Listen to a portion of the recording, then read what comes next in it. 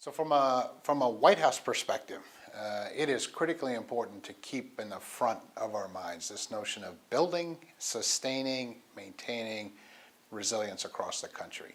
And how do you do that in a physically constrained environment?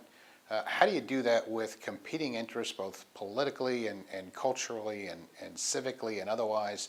And it really does require this national conversation, a dialogue from all parts of our community, from our federal government, our state, local, territorial, and tribal governments, certainly our private sector folks, our nonprofit, our faith-based communities, our academic institutions, and really community groups and organizations, individuals that live in communities need to all be part of this conversation.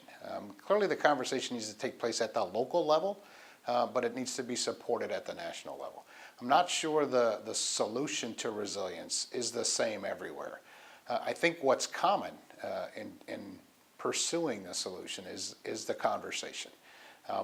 The challenges and the threats and the vulnerabilities in communities are as different as our communities across this country, right? So we have different threats and vulnerabilities that have to be thought about in different ways. But this notion of pulling communities together, leveraging the skills and the expertise, whether they be financial, whether they be intellectual, whether they be capability-based skills, are really what we want to try to get at. And so one of the things we've talked about, at least from our perspective, is this notion of building and sustaining core capabilities that enhance national resilience. So we've talked about it in terms of Legos, and that it's a box of capabilities that you need to mix and match in creative ways to solve unique problems. So that if your problem requires that you build a dinosaur out of your box of Legos, you would put them together in such a way as to do that. However, if your problem requires you to have a dump truck, you might want to use those same Lego blocks and put them together in a different way. So it's really the ability to mix and match resources.